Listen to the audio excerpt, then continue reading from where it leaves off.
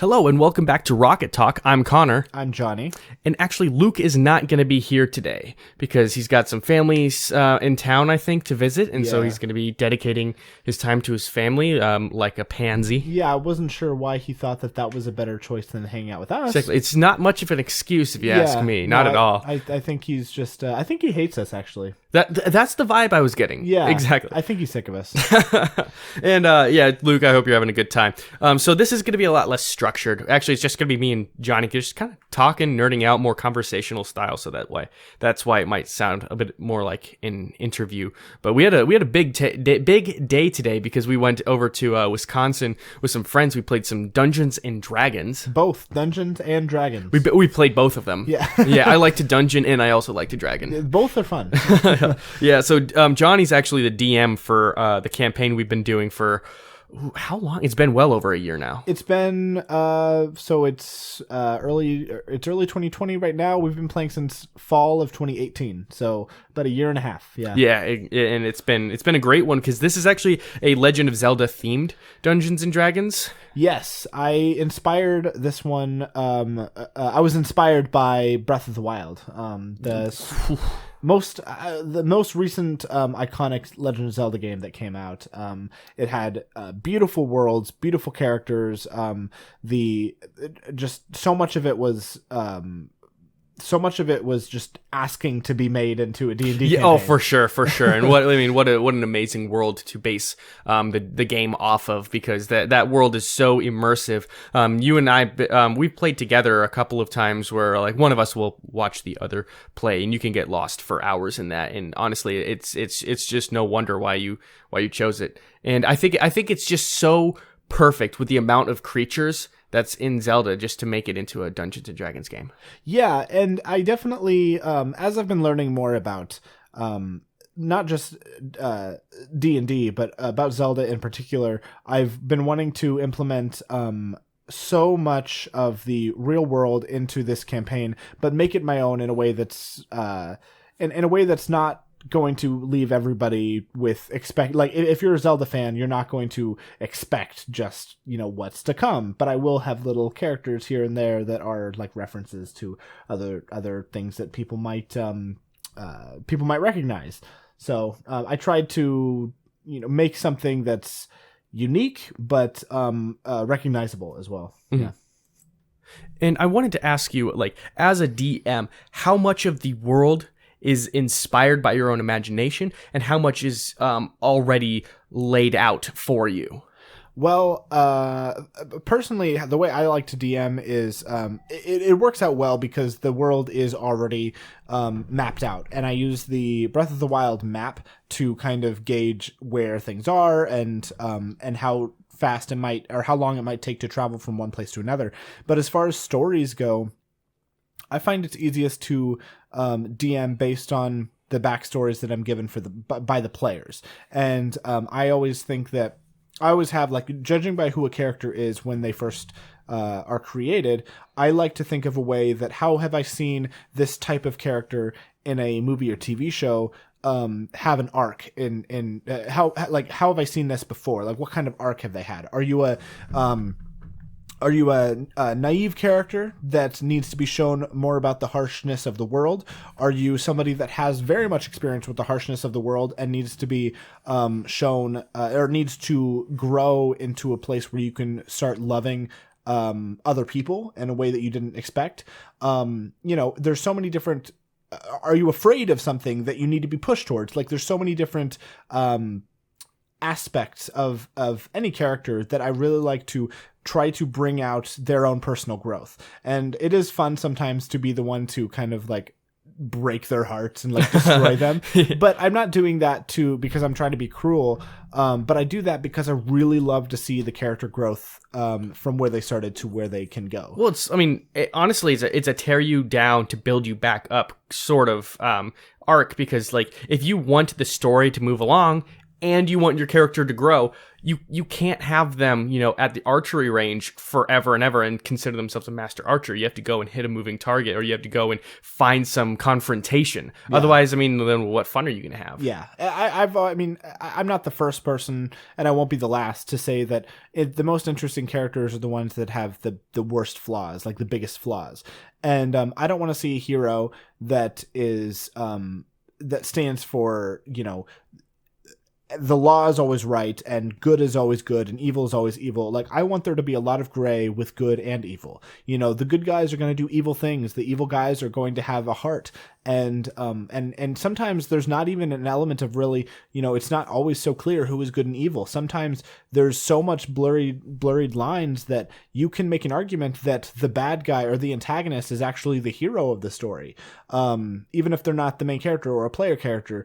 This goes beyond D&D even. It goes in what I like to see in TV shows and movies, and also, my own personal ideas of what I think a perfect movie would be. And that's part of the reason that I love DMing so much, is because I get to tell a story that is cast by my best friends, or cast as my best friends are cast as these characters. And you're living out this world that I've created, but I get to see you run around in my playbox, in my like sandbox. And so it's like, it's like my dream come true to have a game that works just like this. And there was something that actually the way you described that reminded me of something I saw in this TV show called Soundbreaking.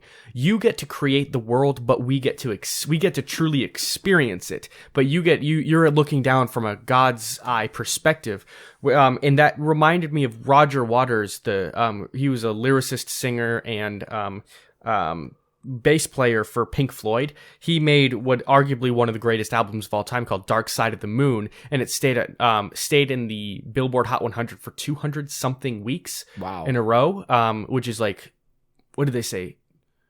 I don't know how many. I'm not even going to get into the math on that. But he said it's amazing to see everyone's reaction to it, but unfortunately, when you write it, you never can truly experience it for the first time. So that's what you were reminding me of. Even though you get to create it, you don't get to experience everything for the first time. It's coming. Yeah, and there is an element of that I really. There's elements to being a DM and a player, because I've been both, and I've definitely learned there's ways to not just like take your character out of it, but there's ways to be a good player and there's ways to be a good DM, and those are very different elements. And I feel like I've had a lot more practice being a DM, and so when it comes to being a player, I don't have as much experience with that. And I say that because I want a consistent story to be told. And even if it isn't me that's feeling it for the first time or seeing it for the first time, I'm so happy that I can give that feeling to other people. And every once in a while, there are like little moments that creep in where I'm like, man, I really wish somebody else gave me a shot to be a player, and so somebody else could take the time to plan it. But at the end of the day, people just play D&D to have fun with their friends. And even if I'm not a part of the party, that it doesn't mean I'm not having any less fun, because it is a lot of work, and a lot of the players essentially players just have to show up, play, and go home. But me, I show up, play, go home, plan, yes. Show up, go home, play. Yes. Like it's so much planning. And so, yeah, I don't really get that sense of first time experience with the stuff that I plan, but every single session I get to enjoy what everybody at the table gets to enjoy, which is the first time experience of how you all react to what I give you. So I there are elements that I think I'm less surprised, but that doesn't mean that I'm not surprised. Yes. I there's so many left turns that are taken, and there's so many times that things happen that I would never have predicted and could never predict. And those are the best moments. And that's where that led me into a couple of questions and actually a potential tangent. As a DM, yes, you get to be the god of this this world, and you kind of try to steer or aim the party into a certain direction. But how much of it is a planned set path, and how much of it is improvised? Or does that just depend on who you're with? Well, you can't play D&D and be a DM or any role-playing game not expect to improvise some things. Like, it's not a scripted game, and so even if it's something as small as an interaction with an NPC that was more than you expected, or, you know, somebody asking a simple question that was not something you could have predicted, that's all improvisation. But as far as big story moments, those are the big scary things for me, because I can set a path in front of the party, but if they don't take that path, like if it's a conversation that I have to make up on the fly, that's not hard for me. But if it's a path that I've set out and they choose to not take that path, and then I have to like make a lot of stuff up on the fly, that can get a little scary. And sometimes I'm like, as the session's going, I'm figuring stuff out, and I'm like, oh, I need to Google this real fast. I need to figure this out. And I mean, you and all the other players that we have give me a lot of leeway with, you know, they just want to have fun. And so if I have to take 30 seconds to go Google something, that's fine. But your question about, what was it, like, how much do I have to improvise? Was that yeah, it was like how, like, what's the ratio of like improvisation to planning like the set path? I want to, I mean, I can't, it's hard to say the ratio. I want to say, like, percentage wise, it's like 50-50. Because you don't want to come unprepared, but you don't want to come over prepared, because then if you come over prepared, you're not focused on what could happen if things don't go how you expected them to. So it's kind of like, I've come to learn that I need to have a very loose idea of what's happening and where they could possibly go, and then have a few events that are happening that what I want to happen, and then maybe a few other little things that can also happen if they decide to like go off the beaten path, you know. So short story long, it's very half and half. You need to put a lot of work into it, but you also need to be prepared that work that you put into it may not even come to light. Exactly. We were supposed to go to the Zora domain. Yes. Yeah, and we ended up going more north, actually directly north. We didn't even go a little bit east. We went more north towards Castletown. Yeah. And then I think we even there we went let's go west and go towards we didn't go towards Gerudo Valley. We went towards a place that we made up, a military camp. Yes, a military camp. Yeah, but it was like Gerudo ruins or something like that. Yeah. So yeah, my wife joined in. Her name's Emily. She joined our session today. This was the first time she ever sat down to play D&D, so it was great to have her along. But she thought that this was a board game, and I was like.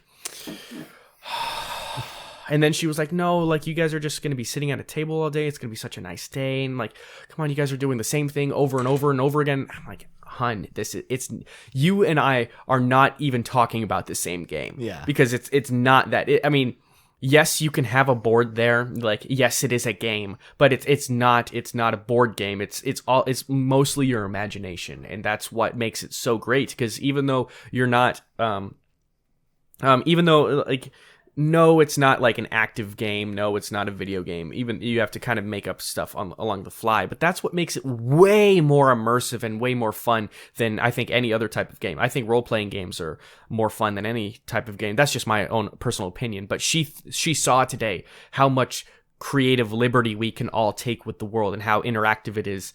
How interactive the game is, and I think she.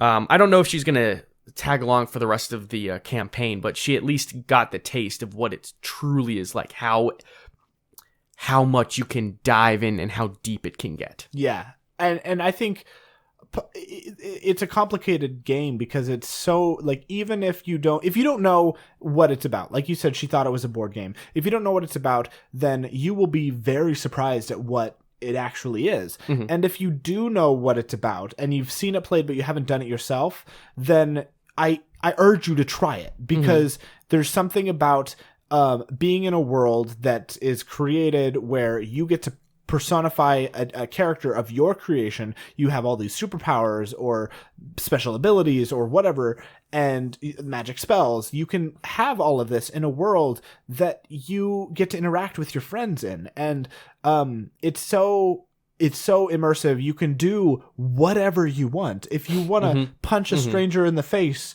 you can. If you want to, run out into the fields naked, you can, I don't advise either of those things, but you can do them. You certainly, can. What I was thinking was like you never, no matter how much you play, there's always going to be something that you will learn, even if you've been playing for like 5 to 7 years, as opposed to our few years, 2.5, 3-ish. Yeah.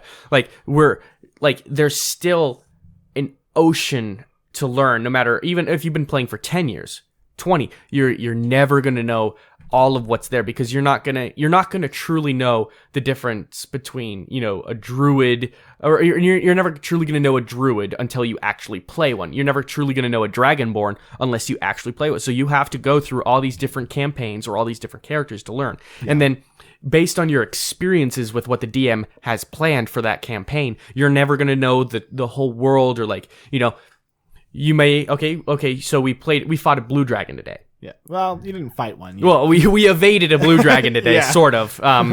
We almost got our asses handed to us. It was almost a TPK. Yeah. But M has no idea that there's a brass dragon. Has no idea that there's, a copper dragon, or green and red and all that stuff. And it has no idea there's all these different types of dragons. And has no idea. We haven't even gotten to the Zoro domain, so that just leaves all the, what my point is, and at this point I'm just rambling because I'm excited, is that's right. Until you start playing for years and years, and you try different, you play in different campaigns, you try different characters, you're not really going to know how deep this lore can go. Yeah, and I compared it earlier. I compared it to I get to cast my own best friends as characters that they created, and I always think that not everyone's dream, but I feel like a lot of people's dream would be to have what they would consider the perfect character in the perfect TV show or the perfect movie, and to be represented in a way that you want to be represented is such a fulfilling activity, I guess. And you get to do that. And this is a world where you get to create somebody from scratch. You get to make their backstory. If you get to make what abilities they have, what the personality is like, you get to make their flaws, you get to make everything about them. And having so much to learn, like you said, you don't just learn more about the game, but I feel like there's a lot more that you learn about yourself. Yeah. Oh, for sure. The way you interact with your other party members and you strategize can actually, I think there's so much translation from what you've actually experienced in the real world to what comes out in the game. And the more real world experience you have, the more you can actually implement into the game. And then, when you're with your other team is going to collaborate in a way with you to bring you to a conclusion, that you wouldn't have normally on your own, and then you can actually use that strategy out in the real world when necessary. But also, I want to say, if you come out of this campaign with the same character you had when you first started, you're not doing it right. Right. You're part, like you said, your character has to be torn down and built back up and have some sort of change, and so your character actually has to evolve. Even it's going to evolve quicker than you actually would in real life, but your character has to evolve for it to be a more not complete experience, to be a more fulfilling. Thank you. That's the word I was looking for. Fulfilling experience. And I wanted to ask you, how much control as a DM do you have with the players interacting with the world, or how much control can you aim them where you want them to go? Or how well can you aim them where you want to go? It's tough, because sometimes I feel like I've got this foolproof plan that will get them ready to go exactly where I want them to go. I'll have all the right people saying the right things to say, hey, head over in this direction because of this reason. And then they'll just say, no thanks. And then they'll go somewhere else. And I have to completely scrap everything that I've done. And part of that is at first it's a little difficult, but in the long run, it definitely helps me out, because I've always considered the world is any DM that has a little bit more practice could probably agree that the party that you play with that comes to your table is not they're not the only ones interacting with the world. And so if they choose to not go somewhere that you'd planned, you should still act as if what you had them expect to happen is still going to happen. They just weren't there. and they weren't there to save a life. They weren't there to stop a bad guy. They weren't there to, do whatever. And bad things are going to happen to people they love, people they don't know, people maybe even like people that they hate, that they just aren't there around to, they're not around to see. And so it can get difficult when they derail from the campaign, or not derail from the campaign, but derail from the path that I have for them.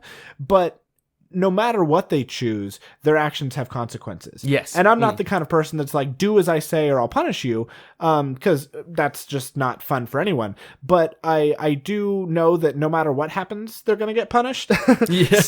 So it's kind of, it's more, what kind of punishment am I planning on serving them that day? What kind of, you're going through the cafeteria line, and do you want this flavor of punishment or this flavor of punishment? And I recommend punishment will be served. It's on the menu. Yeah, I recommend this flavor over here, but if you decide to go with the one further down the line, then fine, but you're gonna get both. So yes, exactly. And like the example I have is we were supposed to go to the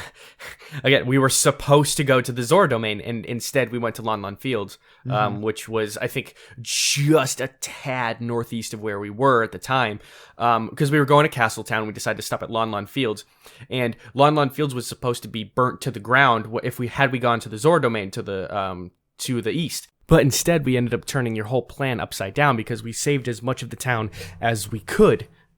I mean, there were some casualties. Some homes were no longer, but we ended up, we took your plan. We ended up shaking things up, but you still had to kind of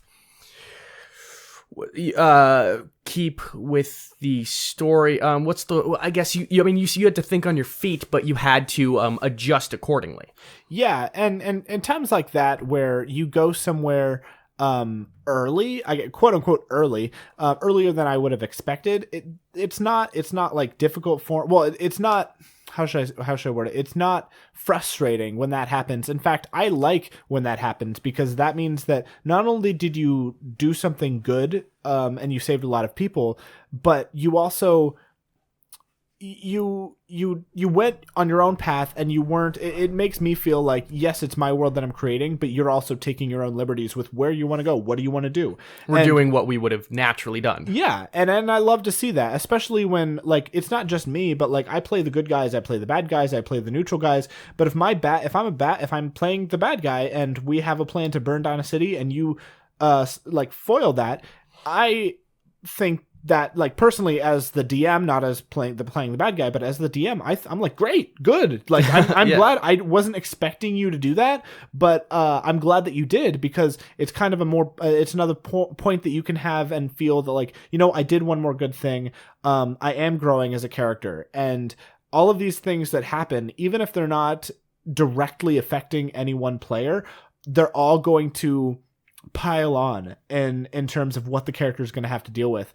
And so I might not be I ramble a lot, and so that's what I was like. I'm also kind of steering us into a conversation. That's truly where a DM shows off his chops, what he actually has to offer as far as skill, knowledge, and personality. That's where the real DM's world comes out, because any fool can read a script or look at the bullet points of what he wants to do, read the book that he's going off of. But when we shake things up and we go and you have to improvise, that's where I think you can actually tell how experienced the DM is, because how linear is the story staying, the overall story, but how fluid is the playing still with what he's coming up with. Yeah, and I think it's you really, it's not something you can master or have mastered right away. It's more something that really comes with practice and a lot of failure. And I look back on the kind of DM that I was in. I break this campaign into seasons, and we're currently on what I call season 3. And when I look back at where I was in seasons 1 and 2, I think of like how little I knew. And I know the players, you and the others, may not have a lot of experience. And so me being what I consider not as well educated, you probably may not even notice. But for me, knowing where I am now and knowing all, like, how much of a better dungeon master I am, I feel a lot more confident to be able to handle things like plot twists or going off the road or completely scrapping whole concepts that I have for the new location that we're going to go to. And so I think that's definitely helped. It's a skill that I've developed, and I'm nowhere near perfect. But I'm getting better and better every time. And that's my skill that's my it just takes practice as a DM. You just have to try it over and over and over again. Be good at improvising, be good at scrapping things, and making sure that you're not going to be married to any one idea, because nothing that hasn't happened yet is going to for sure happen. You can only love the memories that you've made. You can't yet commit to things that have yet to happen. Do you ever think about the first campaign you ever DM'd for? Like your differences in style of campaigning or DMing? Yeah, absolutely. I mean that though, I feel like my skill with that is tied in a lot to where I was at the beginning of this campaign, and there was roughly 7 months between the end of season 2 and when season 3 started, and in that 6 or 7 months I learned a lot of information in preparation for bringing us back. And so for me, it's not so much the difference in my own ability between the campaigns, but it's more the progression I've had in a general sense of how I've gotten better each time. And I've learned a lot from watching a lot of videos, YouTube videos, reading a lot of books, reading a lot of material, learning about, the intricacies of the rules and the spells. And, there's still so much out there that I have no idea about. Like, I've never run an organized adventure before, through a book and a full, like, I don't know if organized is the, right structured word. A structured book format campaign where you have to read the whole book and then read it again and then run the campaign. I've never done that, and I would definitely love to do that sometime, but for now I'm so committed with where I am and what we're doing that it's just I'm happy with where we are. So let's get into the research materials, because every DM has to have them. I mean, you really can't DM. I mean, you could theoretically, but it would suck. But everyone in D&D, if you truly want to get into the experience, you need to get the player's handbook at the minimum, and maybe you can get a guide to everything or something like that. But there are so many resources out there for us to use that it does become kind of an expensive hobby, and this is something that we all put our time and money into because we're willing to do that. Do you think that when people hear how expansive this world can be and how sometimes you need to purchase materials to help yourself out, that can turn people away? Well, yes and no. I think that this is a kind of this is the kind of game where you don't, as far as what you absolutely need, you need nothing. You don't need, other than a body and a brain. A body and a brain and a paper and pencil. You need a paper and pencil, a bare minimum. That's really all you need to play the game. Anything else that you want to buy is just supplementary to make the game easier to understand or makes you more involved in a certain way. And so over time, I've really loved, like, I have a battle mat and we have little figurines that we can, like, move around on the battle mat. That's helped me a lot. But that's something I remember when there was a time when I didn't think I needed it, because we could just, like, it's the, I don't remember what the term is, but it's in your head, basically. I can say, oh, you run 20 feet closer, now you're 20 feet away from the monster. I don't have to do that anymore, which makes my job a million times easier, because then I don't have to hear, well, you said I was 15 feet away, but now I'm 30 feet away? How does that happen? And I'm like, I don't know, man, but now forgot. But now we can, like, see it. So for me, that was a problem I didn't want to have. And so when I got, your brother actually bought a battle mat for me, and I bought... Shout out to you, Tyler. Yeah, I love you, Tyler. And I bought a figurine for all of my players, from Hero Forge. Shout out to you, Hero Forge. Please listen. Yeah. Sponsor. Could you? And so now that we have all those, and we have, everybody wants to have their own dice, and I have 5 now. I have 5 sets of dice. And some other people, varies. Maybe some people might have 1. Some people might just use a Google dice roller. Like, you don't need to buy any dice at all. And so as long as there's one person, I believe just one person would need the player's handbook, and then you can just share that. And even then, if you just want to go out there and not have statistics, and you just want to have a role play adventure with no statistics, no abilities, no anything, and you just want to go in, just jump right in, who says you can't, I think it makes it a lot easier to be able to say, if you know what your stats are, then it makes it a lot easier to make it concrete. Do you succeed or fail? Because at that point, your role playing comes into how do you succeed or how do you fail?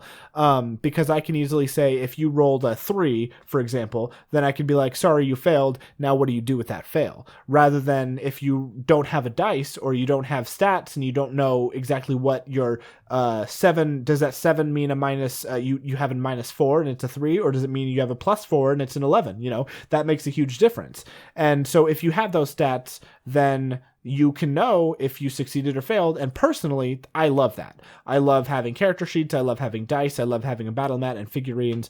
But there's nothing that one would need to You can just play. dive in. Yeah, absolutely. Yeah, someone could literally just sit down at the table and start. Yeah. But like you said, it just makes it so much better when you can use these resources to learn, and it makes it makes battle so much easier when you actually know what's in your what cards you can play. Yeah. Because like I'm a warlock, and warlocks are really hard if you're first starting, and so that's when you start becoming more familiar with the fighty boys, that where you just have to punch and stab, like you might as well move on to the next level. And if you don't have like that list with you, or if you don't really know what a warlock truly can offer, you're not going to get the full potential out of it. And there's no way to get a full potential unless you know everything, and that's unless you consult your resources. And I mean, people, this is like a game where you actually should do your homework, though. Yeah, absolutely. I think it's most important that you know more about your character than you know about anything else in the game. I think you need to spend a lot of time not just developing a backstory, because I think backstories, as I've gone on, I've realized that backstories and things that you don't actually get to see don't mean a lot to the player, even if they think they do. And this might be the first time you've heard my opinion on this, because it's actually a new kind of idea I've had. But it's more, I don't want to hear about the your parents died, or I don't want to hear that that you went through, you were mugged and your village burned down. I want to see where you are right now and what you're doing since that happened. I want to see how you react to, like, if your parents were murdered, I want to see how you react to maybe a mass murderer in the present day. I want to see what you do about them. Do you look the other way and say, I don't have anyone I love anymore, and so I don't really care what happens to anybody because I'm not attached to anybody? Or do you say, I lost people I loved and no one else is going to fight this person, and so I need to be the one to stop this evil guy? Exactly. You want to see where we've come from them, because the backstory is for us. The backstory, you get the product of it. Yeah, and what I do with the backstory is I like to take characters or take concepts and twist them into the present day to basically ruin and heartbreak the players. But I don't look back at the backstory and I'm like, wow, that character is super cool. I'm going to give everything to this character. What I throw the most stuff at the characters who react the most to what's happening. Mm-hmm. Like, if you're the kind of character that is going to say, I don't care, doesn't bother me, nope, don't care about this, then you're not going to get a lot of stuff from me, not because I think you're doing it wrong, but because if there's no character growth, if there's no opportunity to grow, then it's hard for me to have a reason to throw that at you.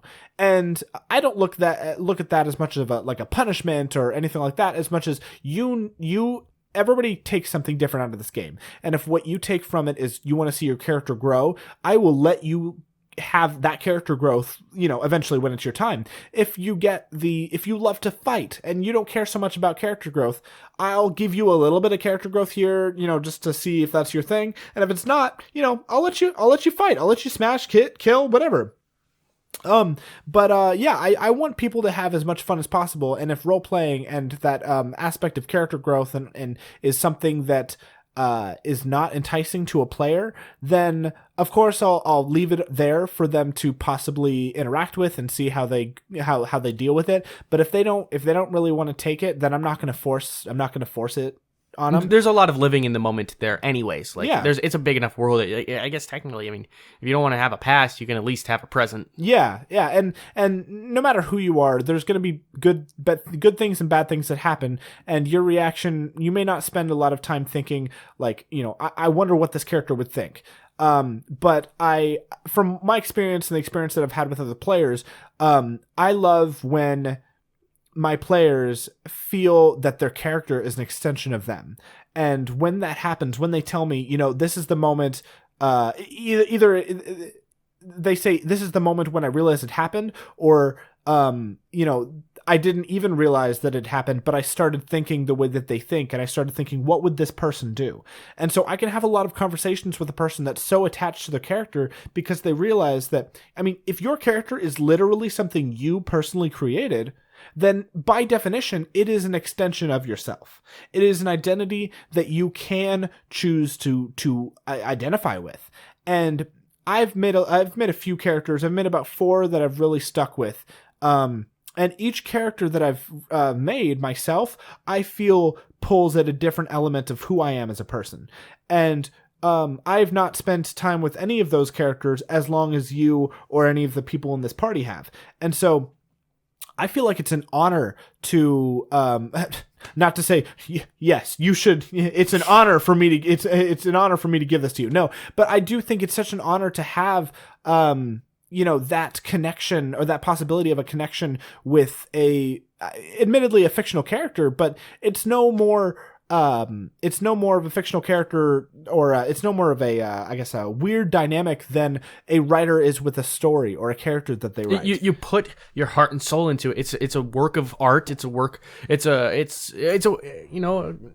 workmanship, I guess you can call it. It still takes effort. Yeah, absolutely. And there's authors that say this book that they wrote changed their life, or there's actors that have portrayed characters that they said, this character is a part of me and I feel so close to them. And I imagine that D&D is just as much and sometimes more impactful for the average person to feel exactly what some of those people feel when they take on these roles or write these characters or direct these movies. You get to feel that, and you don't have to be a big budget movie star. You don't have to be Chris Pratt or Jennifer Lawrence. You can be, you can be me, and you can still feel these things for these characters that you got to create and you got to play out and see them grow, see them cry, see them get angry, see them almost die.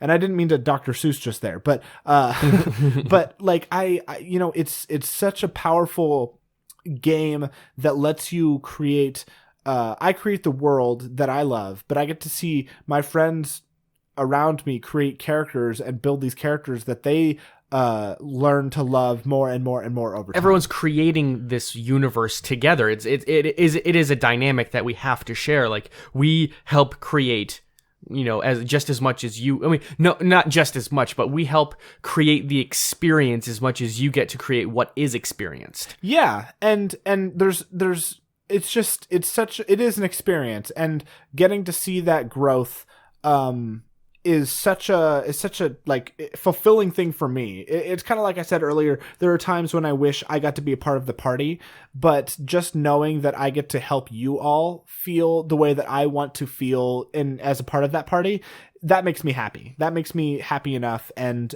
that's really all that I could ask for. Exactly. And this is something I've asked you this question before, but it is something I'm still curious about, and I wonder, now that you've had so much learning in the past couple of months, the past half year, goodness gracious, like I guess I could see what you think of now.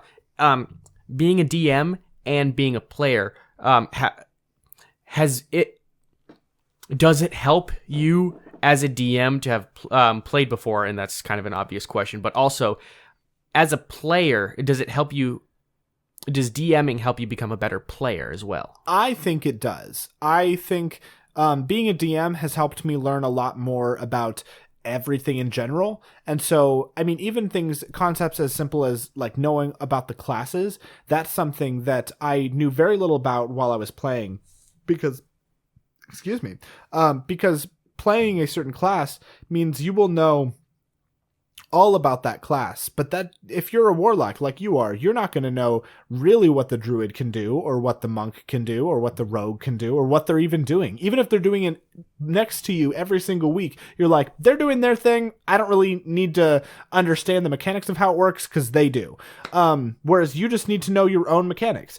But as a DM, I have to learn everything, all the classes, not all the spells, but I have to know all of the classes that are being played. I have to know all of the conditions like fear and charm and stunned and all of that. I have to learn, I have to learn a lot of spells. I have to learn what spells I should expect to know more about, what's concentration, what's somatic, verbal, what needs components, that thing. Because of that, because I have so much more knowledge, it helps me to be a better player. Not that having knowledge makes you a better player, but having the patience to know more about the world and understanding what can be difficult for a dungeon master, that's helpful to know as a player. That's why I think every player should try at least DMing once, because it wasn't until I started DMing regularly that I started really becoming a better player, because I realized I don't want to be the kind of player that I don't want at my table, Mm-hmm. So it's helped me to be more patient and less of a class clown, really. I can make jokes and I try to be funny every once in a while, but ever since I've been DMing, when I become a player as well, I try to sit back when they're telling the story, when they're telling those story moments that are important. I try to sit back and really let it soak in and think, how would my character react to this? And even if it is silly, try to make it in a way that's true to the character. Because it's great to make a laugh and make the rest of the group laugh, but there's sometimes when it would make the DM think, okay, either you're not taking this seriously, or I just don't know, or like, do you understand the like what's really at risk here? And that's not to make myself or any other DMs out there as to be people that are, buzzkills. But it is important that if someone has a lot of work that they've put into it, that you're not the kind of player that is going to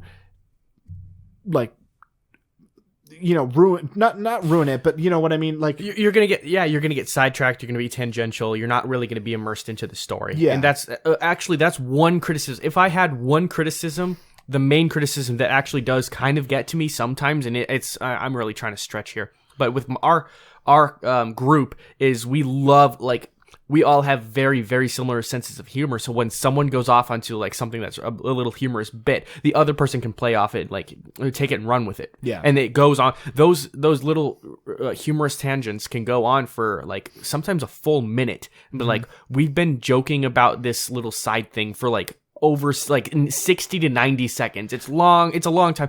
Can we just get back to it? Yeah, I will say that with the group that we play with weekly, it doesn't happen very often at all. The difficulties, and I think that's better because I'm learning how to be a better DM and everybody else is learning how to be a better player as we go on.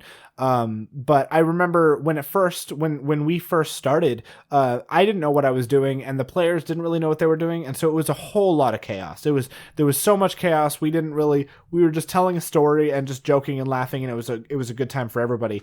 Which at the time, that kind of play style worked for me, and that was fine, because if they were joking, they weren't laughing at me with me feeling I had no idea what was going on. But now that I do get what's going on, it's important that all of us stay focused, not all the time, because I want to have fun, but I feel like everybody's done that. And once you stick around and you know who the group is, you know who the DM is, what they expect, and what other players expect too, then it makes everybody feel a lot more at home, because they feel more comfortable knowing, should I do this here? Should I make this joke? Should I wait? Is this appropriate time or not?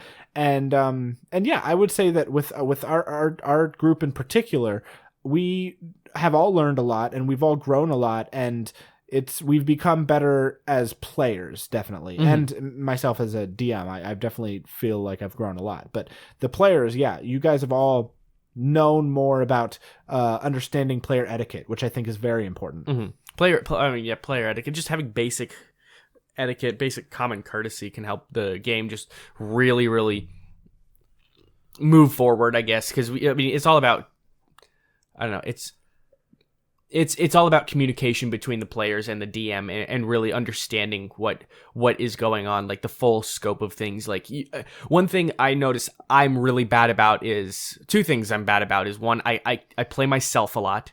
I'm not necessarily playing Cal. Today I was really focusing on trying to play Cal, but Connor does come out a little bit. But then also understanding what my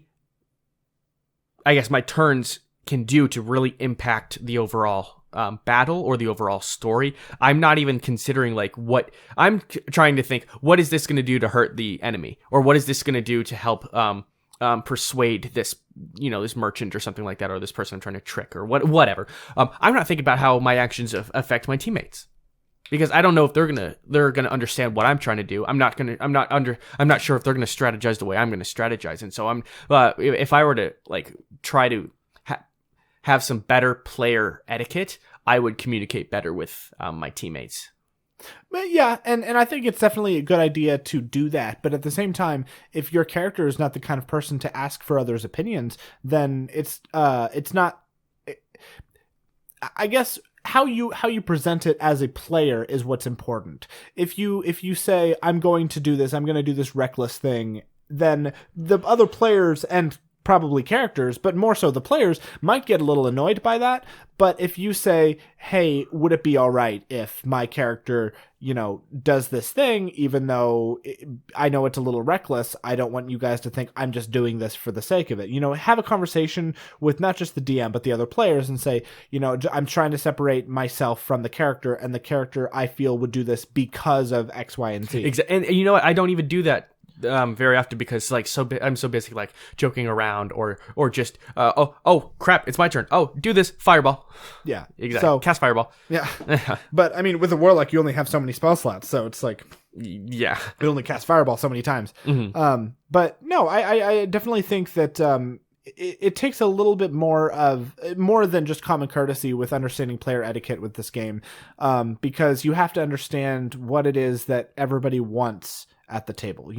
Are you gonna be like, are you the type of group that can bring beers to the table and just have a good time and joke and laugh, and then get back to the game for 10 minutes and then start joking for 5 minutes and then go back and forth? If that's the case, great. If that's how you have fun, no one should be able to tell you how to have fun.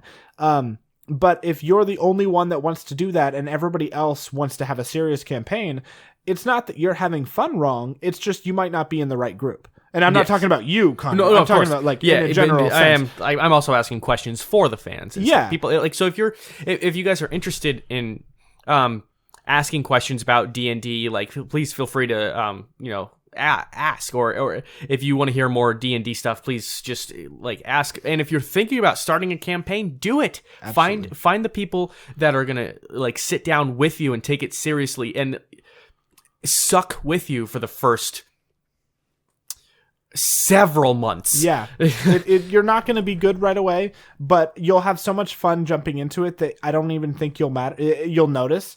You won't really notice that you used to suck until you start getting to a point where you can look back and say, wow, I've made a lot of progress. Exactly. But and like every step of the way, you're going to have fun. So yeah, we suck compared to next year.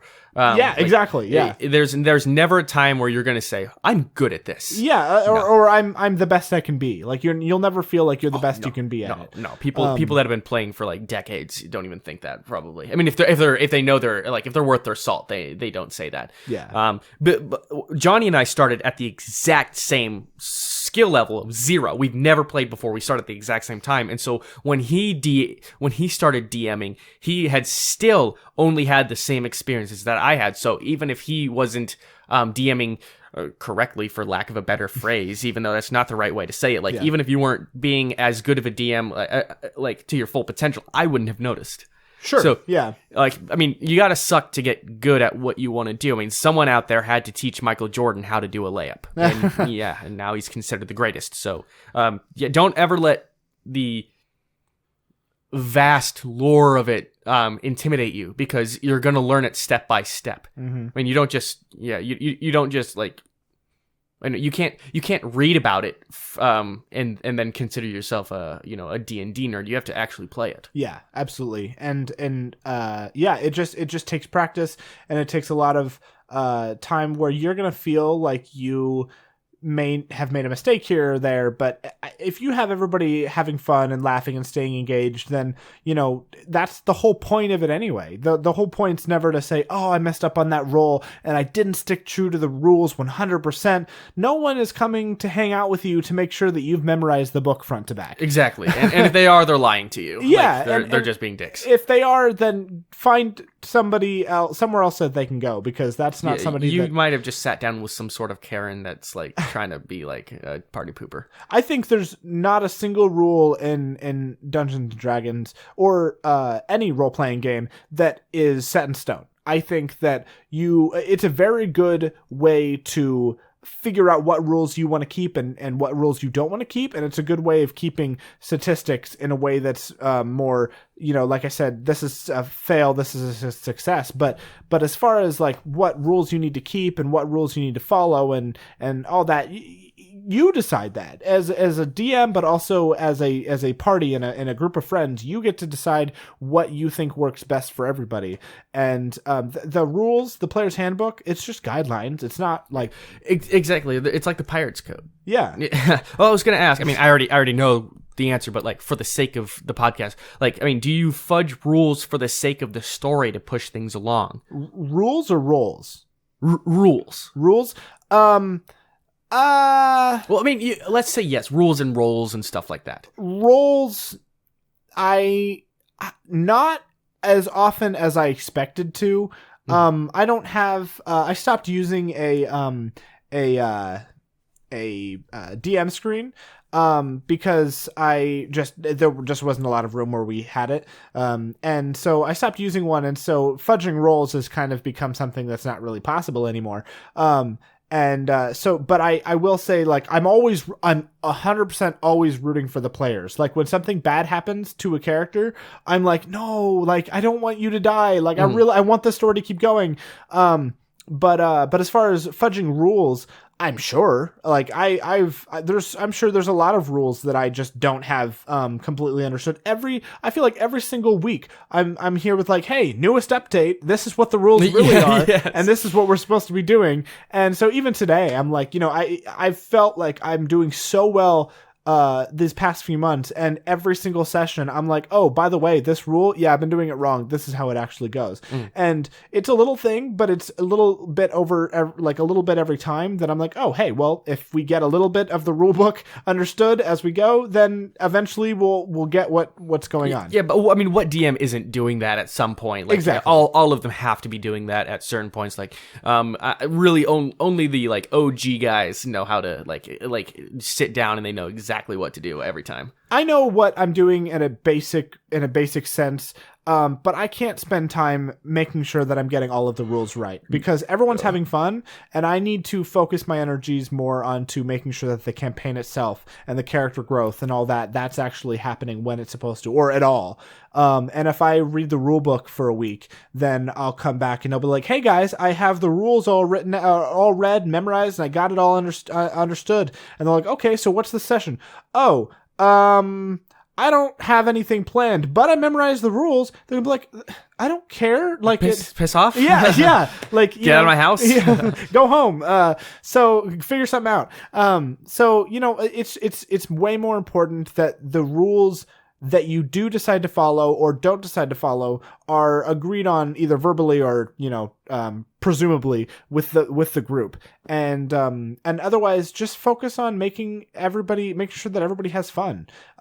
If somebody likes combat, put them in combat. If somebody likes to roleplay, give them roleplay experience. If somebody wants to if somebody wants to interact with another PC way more often, then put them together. Or in my experience, if two characters really like each other and they're really close friends, split them up more often to see that character growth. Yeah. But yeah, I just, think of concepts, think of fun ideas, think of things that they haven't done yet, and roll with it. I like that. Roll with it. Roll with it. Yeah. Don't just try to be the kind of DM that's always going to focus on the rules. Yes. Oh, and now that I thought about this, and as a player, don't be a piece of shit and argue with the DM for everything. That doesn't happen too often with our characters, but I feel that probably happens to some people, and just don't be that guy. If a DM is really, really steering you in one direction, but you want to go the other direction, it's probably because you're about to kill yourself, and now you have to say goodbye to that character. There's very few times does a DM ever have it out for you. Yeah, and I want the characters to succeed. Always I want the players to succeed. When I see a bad guy taken out, like, I'm so happy. I'm so freaking happy.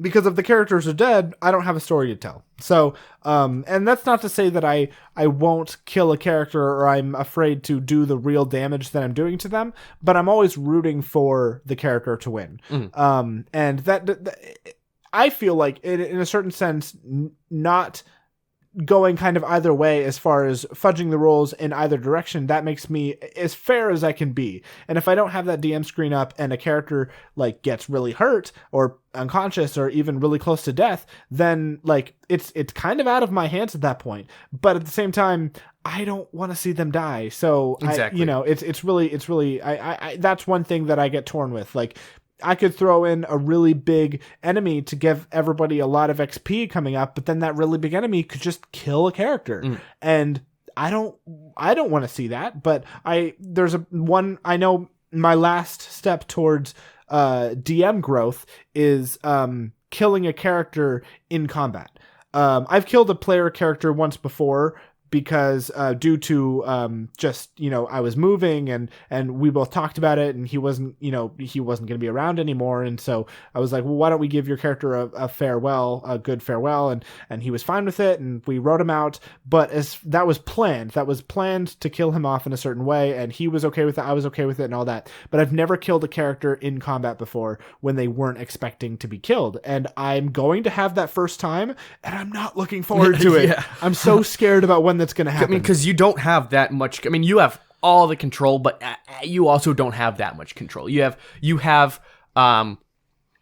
I don't know, the fate really is the ultimate decision maker in D&D. Yeah, absolutely. And all I can do is I can be the one to send certain monsters out after them, and if they're monsters that I know that they can handle, then I'll try to scale it up to be a little bit more difficult, but then sometimes I accidentally make it a little too difficult and I have to scale it back down, and then there's finding that sweet spot where it's like, I want them to have a challenge, but I don't want to kill them, but I also don't want to push them to survive when they're not meant to. Yeah, and then we're also like leveling up, so then you have to kind of find that scale again as we learn to use the powers that we have. Yeah, absolutely. We're getting close to the end because we're almost reaching an hour. I did want to ask another question, kind of rolling it back a little bit, but not too far, because it's important.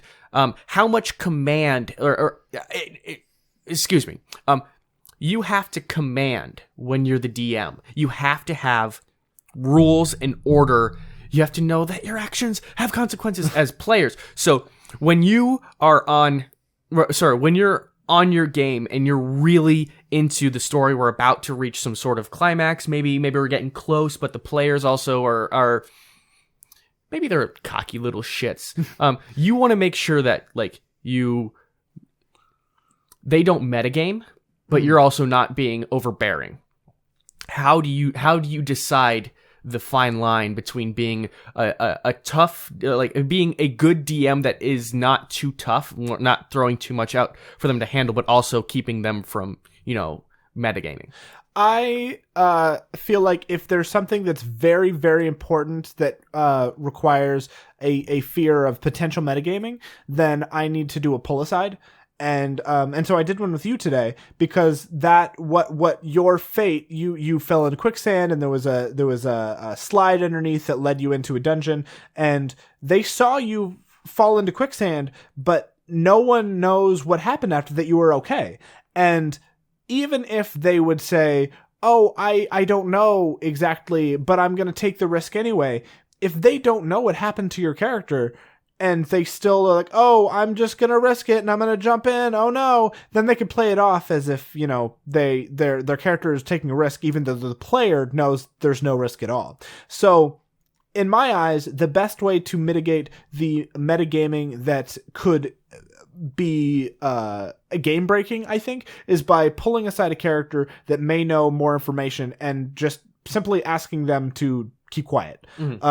And say, this is something that and this is what's happening with you, and you can't say anything to anybody else, but we will see how they react, and whatever happens.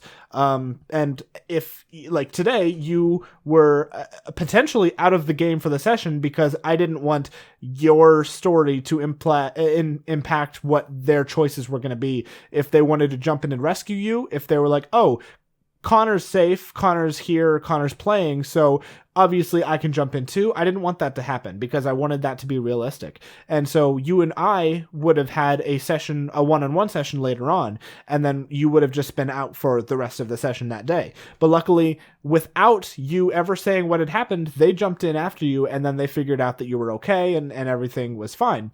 So to answer your question, when it comes to metagaming that's minor, I either just let it slide or I say, hey, you're metagaming, like, let's not do that because your character wouldn't know that. But if it's something that has a lot of potential to really impact a character's ideas or what they realistically would or should do, then I pull aside a character, or I just simply don't give them the information that they wouldn't have. And you could, I've had players, some of the players even that I play with say, well, I can know this, but my character doesn't have to know it. It's like, yes, but you don't have to worry about metagaming if I'm going to cut you off at the potential of you metagaming. You know? So it's easier for me as a DM to have you, the player, not know things that your character wouldn't know, because then I wouldn't have to worry about if your character realistically would make a choice or not based on the situation. It's so much easier as a player to be like, hey, would my character know this? And yes or no. And then I get the answer. And then I just go, oh, no, my character wouldn't know this. Keep quiet. Just stop. Yeah. Just let it play out. Eventually we'll have the information. Exactly. But and if you say, yes, your character would know this, then there you go. Just like choose your path, left or right. And sometimes if I'm not sure, like if a character's like, or if a player asks, would my character know this? And I'm like, maybe roll for history. And then that roll determines if you would know it or not.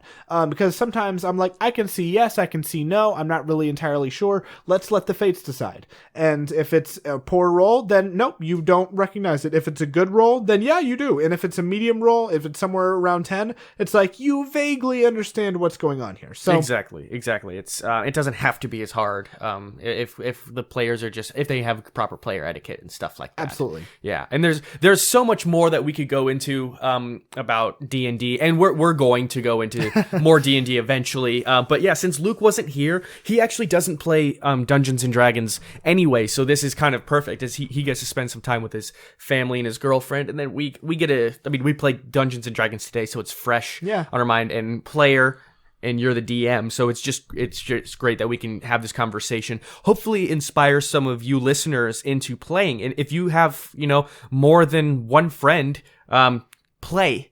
I've had a session, one-on-one session before, so if you have one friend, you can still play. You could, yeah. I don't think it would be quite as fun, but you could play one-on-one.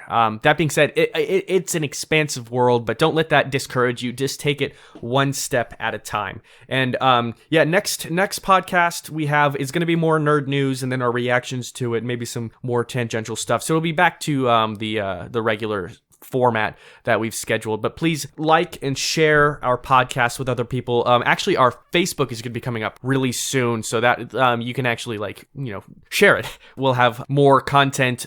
We have a girl named Coralie who will be joining us, and she might be writing some articles for us, so she's going to have some reviews for you guys, so we can get more I guess formats. Yeah. Is the word, I guess. Yeah. So, thank you so much for listening, and thank you for listening to us ramble about one of our favorite games of all time. Hopefully, we've inspired some of you, and thank you for if you stuck with us from episode 0, you are a trooper, because I've listened to that audio. It's not great. Yeah. So that's it for today's Rocket Talk. Again, thank you so much. My name's Connor. I'm Johnny. And we'll see you next time.